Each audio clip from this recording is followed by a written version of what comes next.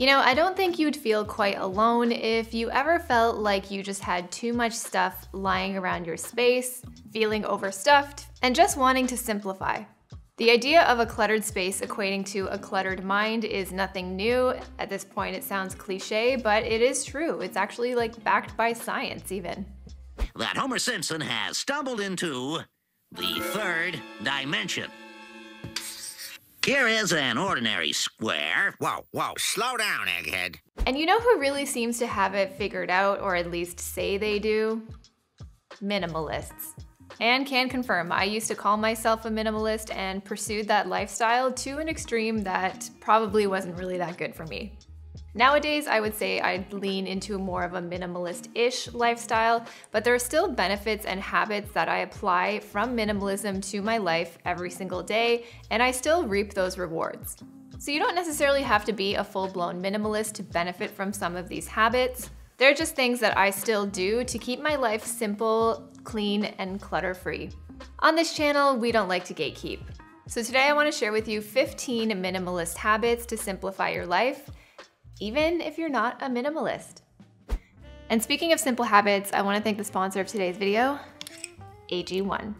I honestly feel like I've seen so many benefits from taking AG1 regularly in my daily routine. My skin, hair, and nails feel better. My nail tech talks about how my nails grow a lot faster, and I've seen benefits in things like my gut health and my energy levels. And I've even got Jeff on it, so you know it's gotta be good. So Jeff, you've been drinking Athletic Greens for the past couple of months. Have you noticed any difference? Yes. Something very important that you talked to me about, probiotic gut health related, what have you noticed?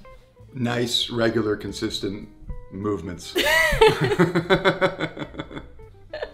The AG1 supplement contains 75 vitamins, probiotics, and superfoods all in one daily serving with the aim to help support your focus, energy, gut health, and digestion without the need to take a bunch of pills or supplements multiple times a day.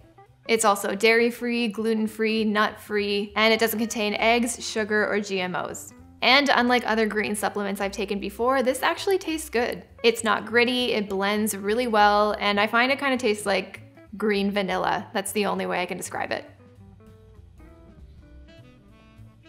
I always get it on my nose. So if you're interested in giving AG1 a try yourself, they're offering my community a free 1-year supply of their vitamin D K2 drops, plus 5 free travel packs with your first purchase of AG1. It'll all be in the description below. Thanks, AG1. Habit number 1 is to automate your finances. I've talked about this so many times on my channel, but it is one of the surefire ways that I've been able to simplify my money. So every time I get paid, I have my bank account set up so that money immediately goes to places like investing, savings, into sinking funds for smaller savings goals. And I even have certain bill payments automated so that I don't have to think about it. To me, automating finances is a form of decluttering them. Because we think we're gonna spend our money in a certain way, but automating your finances guarantees that it will happen. It happens on autopilot, and it's almost like that money was never even there, but you know that it is doing the work it needs to do for you without taking up any more brain real estate than it needs to. Habit number 2 is to have a place for everything. There's an old saying where it goes, a place for everything, everything in its place. And since I've started implementing this, it's been a game changer in keeping our space tidy and clutter-free. And if we do end up getting out of the habit where clothes or stuff ends up on the floor, then it also makes for a really quick and easy tidy up at the end of the day. The thing about this rule is that it truly works, because every time I decide, I can just put this down, I'll come back to it later, I ultimately end up forgetting where it is, or I can't find it when I need it, and it creates a little bit more stress and chaos in my life than I would like. And it inevitably happens when I'm late or in a rush. And it even just visually looks nice. You don't have shoes strewn all over the place, coats are back in the closet where they belong. It definitely helps contribute to a sense of order and tidiness in a space. Number 3 is to stick to a routine. We all tend to have a routine whether we're conscious of it or not, but it's more so about developing a routine that makes life easier for you, that can give you energy, and helps minimize the chaos in your life. No one's telling you to get up at 5 a.m., do 20 minutes of journaling, meditate, and then jump into an ice cold water bath. I am the lizard queen! I I mean, apparently that can be helpful, but if that doesn't work for you, then stick with something that does. So for example, it could be preparing your lunch for work the night before, or getting up 20 minutes early to make that lunch so that you're not rushing around at the door. Maybe it's an exercise routine that you stick to and that you do it on the same day every single week where it's a non-negotiable. The key is to find a routine that works for you that can help simplify your life or make it more enjoyable in some way. Number 4 is to find your style uniform. Embrace being an outfit repeater. This doesn't necessarily mean that you need to go out and buy 10 of the same plain t-shirt and pairs of jeans and call that a uniform. I mean, if you want to do that, then please do you. But knowing a style uniform and essentially sticking to a similar or same outfit formula every day can really simplify the process of getting dressed. I still have a lot of clothes and I happen to like that, but knowing my style uniform has helped me just grab pretty much any piece in my wardrobe, throw it together, and I know I'll still feel good, stylish, and like myself. I'm never fighting with my clothes or my wardrobe to make it work, and I find I almost never feel like I have a closet full of clothes and nothing to wear. If you want to know more about how you can find your own style uniform, I'll leave a video linked right here, and I have a free 7-day style uniform challenge in Notion. I'll leave it linked in the description below. Number 5 is also related to wardrobe, and that is to buy clothes that don't need more clothes to make it work. Knowing your style uniform can help prevent this, but every once in a while it feels like we want to add a new statement piece or something really special to our wardrobe, only to come home and realize it doesn't go with anything, or you have the wrong shoe, or you need this accessory. You feel the pressure to add more to make this one piece work, instead of having the piece integrate into the clothes and the style you already have. When you're looking to add something new to your wardrobe, keep it simple by ensuring that the piece can integrate flawlessly and seamlessly into the wardrobe you already have. The aim is to get use out of the piece and to make it feel easy and fun to style when you do wear it. But if you feel like you need to buy more just to make it work, not only will you probably not wear it, but you're also just going to end up with more clutter to deal with later. Use the one in, one out method. This is one of my favorite ways to ensure that my space doesn't get filled up with stuff all over again. I spent 2.5 years decluttering my closet, my apartment, my finances, and the way I maintain the result is by embracing the one in, one out method. Essentially, every time I choose to buy something new, I have to get rid of something old that I no longer use, that's damaged or expired, or that I just simply don't like anymore. And of course, it doesn't happen every time. I'm not gonna say I'm perfect at this, but it is in general a really great way to maintain a net neutral amount of stuff in your space. Number 7 is to delay gratification. Out of all the minimalist habits that I maintain to this day, it's this one.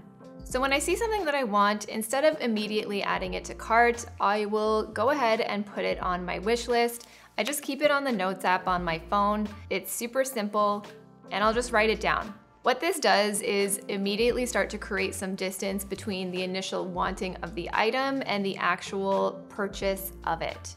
At minimum, I will give myself between 24 and 48 hours to sleep on it. And 99% of the time, I will tell you I've forgotten about the item, and the only reason I knew I wanted it to begin with is when I go to add something else to my wish list. This doesn't necessarily apply to everything though, so I like to set a money limit where I do apply the wish list rule. So this is gonna be individual for everybody, so it can be like $20, $10, $50, anything more than that amount of money, you can go ahead and put it on your wish list and decide later if you want to buy it. But delaying gratification for me has not only made the purchases that I do decide to buy feel a lot more thoughtful and intentional, but it saved me thousands of dollars and a whole bunch of unnecessary clutter in the long run. Number 8 is to get into the habit of buying for quality over quantity.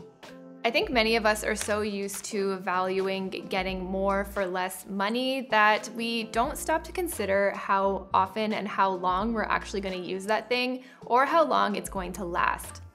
There's a great saying I heard years ago that goes, "I'm too broke to buy cheap shit," and I love that and I think it's so true. When we lean into valuing buying more for less, generally it can mean that the item is not very high quality, that it'll break a lot faster over time, and you'll end up spending more money in the long run trying to replace those things. And this can apply to so many places in your life, like clothing, furniture, electronics, tech, even food. And this does take a little bit of getting used to. You might experience some things like sticker shock and maybe even a bit of outrage at how expensive certain things can be.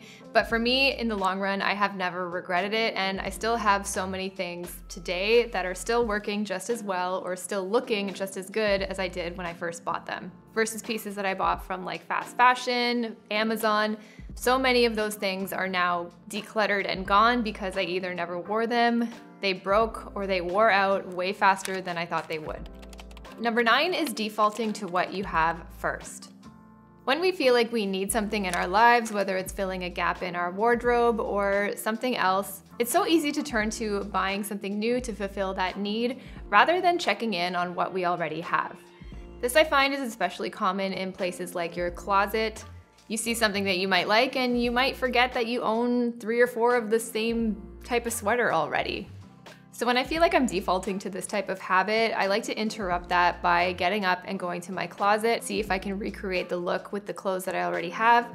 And if it is truly something that I want to add, then I can do things like decluttering and wish listing the item to make room for that thing in my space later. But most of the time, we often forget about what we already own, so it's good to get into the habit to familiarize yourself with that and to interrupt any new feelings of wanting and shopping by spending some physical time with your stuff first before you decide to buy something new. Number 10 is to declutter your social media regularly. Instagram, TikTok, YouTube, it's the new way to keep up with the Joneses. It's the new way to see what's hot, what new trends are in, and it often really implants this sort of fake standard that we all feel like we need to live by. If you find that the people you follow online start to make you feel bad about yourself rather than inspired, don't be afraid to mute or unfollow. I love using social media, but I find it can very easily tip the scale into feeling toxic and make me feel quite bad about myself and my life situation. Gratitude really gets lost and gets replaced by wanting and feeling like I need to keep up really fast. And so just like decluttering a thing that no longer brings you joy or value, do it with your social media too. And really curate that space as much as you would your physical space to keep it inspiring, calm, and exciting for you. Number 11 is to know your favorites. This is like sticking to certain makeup brands that you know work for you, shopping the same groceries every week, and even shopping from the same clothing brands regularly. As much as we think we want variety and to experiment and try new things, it usually gets coupled with needing to buy that thing and therefore ending up with more stuff and more clutter to keep and manage. And especially with things like makeup and skincare, these things have a shelf life and they expire so quickly, much faster than we can actually use them. So knowing what works for you, knowing what you like, and just sticking to it can help make life and shopping and replacing these things so much easier in the long run. Number 12 is to keep your surfaces clear. We all have a clutter catcher in our space, whether it be a table that collects mail or a chair in our bedroom that always somehow ends up piled up with clothing. Set up a system and a habit to keep those spaces clear regularly. A really good mantra to remember is don't put it down, put it away. And it can also work in spaces like your kitchen and your bathroom, where you keep counters clear and wipe them down regularly to keep things looking clean, shiny, and clutter-free. Number 13 is to know your non-negotiables in life. Know what it is you value and embrace it, and ditch what you don't. Minimalism often talks about how it's not necessarily about how much stuff you own, it's more about how that stuff brings you joy and value in your life. So there's no one size fits all when it comes to this. Everybody's gonna value different things in their lives and find joy in that stuff. For me, it's clothes, food, and fitness. For you, it could be books, thrifting, and collecting Precious Moments figurines. Why do I always go back to that? Whatever it is for you, it's about knowing what brings you value and getting rid of what doesn't, and being unapologetic about that. Number 14 is to take it one step at a time. It's so easy to get overwhelmed and bogged down by the constant to-dos in life, and things like having too much clutter and stuff can add to that. So instead, try to keep it simple by focusing on one thing at a time. For me personally, if I start listing out all the things I have to do and even the sequence and the steps I need to take to do it, I start to get very overwhelmed to the point where I feel like I can't do it at all. So focus on taking baby steps. Start with the first step and then the rest will likely fall into place. And number 15 is to audit and edit regularly. This goes along with the one in, one out method with keeping your spaces and surfaces clear. Maintaining a clean and clutter-free space, mind, social media, wardrobe, and pretty much anything else is all about maintenance. Clutter will always come back into our lives, so it's up to us to create a system and habit to maintain that flow. And doing it with some amount of regularity helps maintain that result and helps keep it so that I'm not spending all the time I want to be doing on something else, on tidying and decluttering. So combining all the habits that we talked about in today's video, you can use that as your form of maintenance to help maintain a clear and clutter-free result. So those are 15 minimalist habits that you can implement today to simplify your life, even if you're not a minimalist.